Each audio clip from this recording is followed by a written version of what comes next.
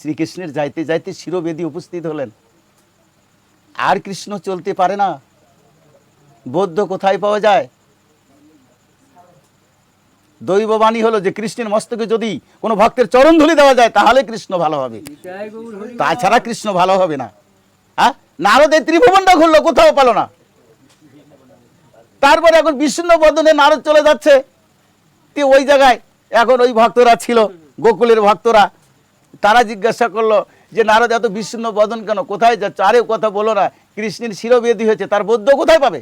যে বৌদ্ধ মানে চরণধুলিতে, চরণধুলি ছাড়া ভালো। কয় তাই তাই এত ভাবনা করছো তুমি, আসো।